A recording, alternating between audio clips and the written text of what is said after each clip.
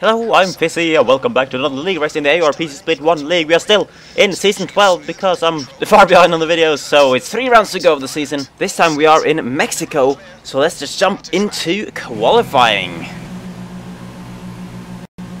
And my game has crashed, so I guess that's the end of that one.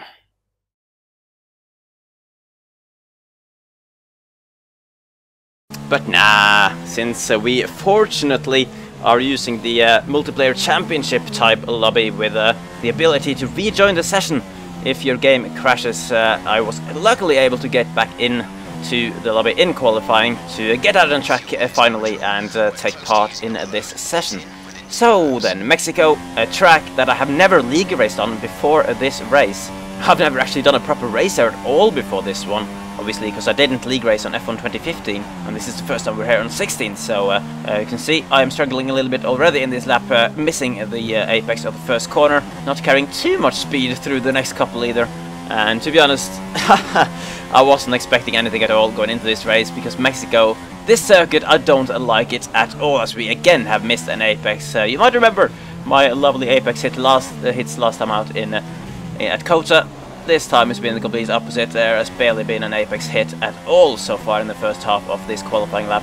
As we now go into the very high speed S section, there was an apex at least, and there's a bit of an apex, and oh, another apex, look at this. Turning in for this one a bit tighter than we wanted, but at least we've hit the apex, and again the apex, wow.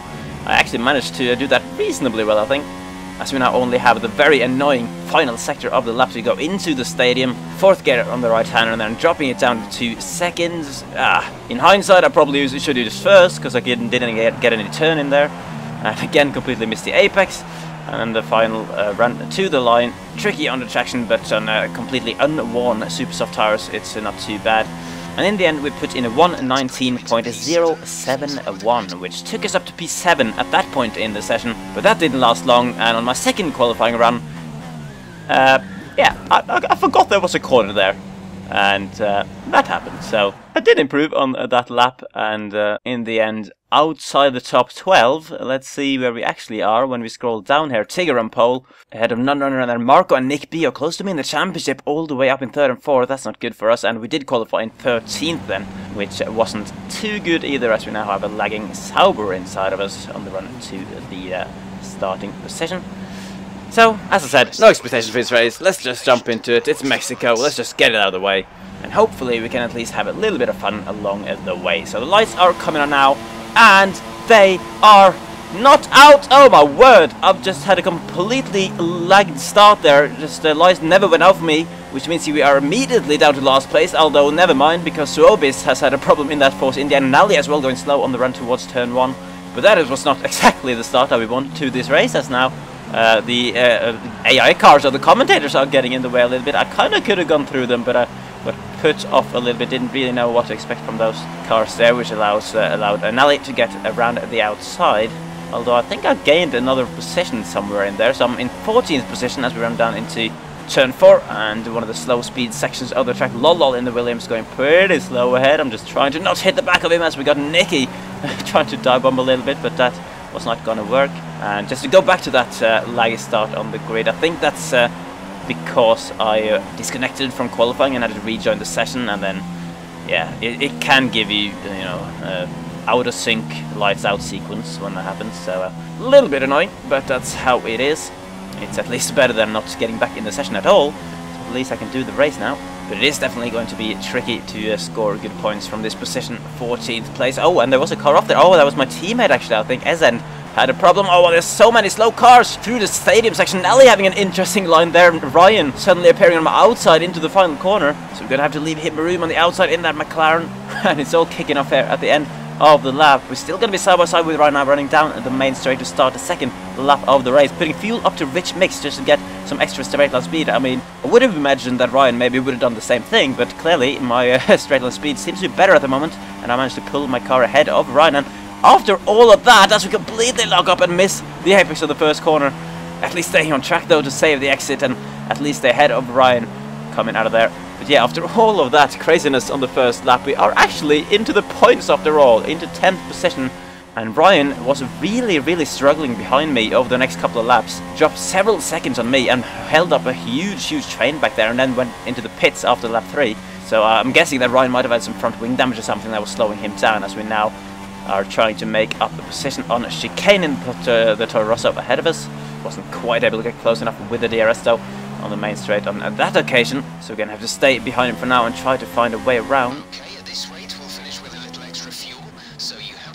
He's running a little bit wide into the stadium section, taking a very defensive line into the hairpin. So I'm going to cut back onto the apex to try and get a better run, but because the next corner is a right-hander, it kind of isn't going to work too well. So we just need to get a good exit out of here, getting hard on the throttle, controlling the oversteer, and then a rich mix, slipstream, and then a DRS popping on right now. It should be enough, surely, to get this move on chicane, closing slowly but surely, pulling to the inside. He's not going to defend it too much. We have to make a stick in the braking though. Can we hit the apex for once? Yeah, kind of hit the apex, but at least we've done enough to make that move stick on the Toro Rosso, and we have actually gained another position because there was a car in the pits as we went down the main straight there as well. So obviously, as you can see, we started the race on the soft compound tyre, while the people who qualified in the top 10, or at least most of them, would have started on the super soft tyres and definitely have to do a two-stopper based on my practice. Whereas my plan was actually to do a one-stop in this race on the soft and then go into the medium, as now you can see all the super soft runners in the pits at the end of lap 6, or at least most of them. A couple of them went in a lap or two later, so now we're actually up to second place in the race, although it was not going to last for long, because then Marco and Tirano Tigger, the two Ferrari teammates, came charging down on me into turn 1 on much fresher tyres. No point really for me to defend that and lose myself time, and not too much point cutting the corner there either to get a warning, although that was obviously not intentional, just turning a little bit too early. It's very tricky to judge the turn-in through these S's. You have to be so precise, and you can see my tyres as well, especially when the tyres are in such bad state. 62% on the front left is not going to help my turn in the slightest, as we now have got Afro right behind us putting pressure on. He is also on much fresher tyres. I'm moving to the tight inside line here just to show him that I'm actually planning to go into the pits. So on lap 14 we make our first stop of the race. So does Massachusetts up ahead of us, and this will hopefully be our one and only stop in the race. Medium tyres on the car should hopefully take us through the entire remaining 22 laps of the race as we rejoin the track in P10. So at least still in the points despite running really long on that first stint. Seems to be quite a gap behind us as well too, lol. And now on lap 17, an incident ahead apparently. Who is that? Ryan. Okay, it's a lap down. Ryan is not having a great race. Obviously I passed him at the start of lap 2, and now he's struggling around a lap down in 16th position. So unfortunately for Ryan there, he's not had the best season, he has to be said. And again, something has gone wrong for him. So we're up to 9th now on lap 20. So Marek behind us actually been in the pits for a second time already in this race. And now coming in the SS, there's been an incident ahead. There's been an incident. That was my teammate, one of the cars off the track. Ezen having had an incident with Afro, I think. What a teammate, gained me 2 positions, thank you very much. Although unfortunately for him, he's out of the race after running in the points, although I don't know if his strategy would have allowed him to stay there. As we now are on the start of lap 22, Nick B had been in the pits there as well. And on the next lap, Marek was closing in with the DRS down the main straight on fresh tyres, obviously again. He's locking up a little bit through the first corner. I'm going to get a little run into turn 2, but obviously it's not really possible to go side-by-side through there when they're on the outside. And because of the poor exits as well, having to think about where Marek's car was, Nick B now has an almighty run on the soft tyres actually. Fresh soft tyres, no chance for me again. He's going to go right around the outside, and there we go, back down to P8 in the race. And he wasn't going to get any better from there. Afro as well on the fresher tyres, running into turn 1. DRS, easy move as Berg's car is ghosted. He's clearly left the session. And at least though, we did manage to keep up with the back of Afro throughout the next couple of laps. And as you can see actually, the clouds are coming in quite massively, getting very dark out on track. And I feel like I might actually see some raindrops as well, unless my eyes are completely messing me up here. Very minor drips of rain coming down, I think, and I completely wasn't expecting that because I had clearly forgotten to look at the weather forecast, and there we go, I saw a little raindrop on the camera. So all of a sudden it started off completely clear in the sky, but now it's rainy, and the engineer is telling me to switch onto the inters right before we got into the pit entry. You can see a lot of cars ahead as well. They're doing the same thing. Afro though stayed out, and to be honest, I didn't think it was ready for a switch to the inters at this stage, because only at the end of that lap is when I actually noticed any raindrops at all coming down. But with that message from the engineer right in the final corner, and also then seeing on the minimap that the cars ahead, many of them, went into the pit lane, I made the last minute decision to do the same thing, follow them with the ball, and hopefully the track is ready for inters. And look at how much spray is suddenly kicking up. Look how much water has appeared on the track just in the time we were in the pit lane. In the front sector of the previous lap there was barely anything, and suddenly it's super wet. And now as we come around on the next lap, you can see we have jumped Afro in the pits. He has lost a lot of time from staying out that one lap longer, so it was definitely the right lap to pit on.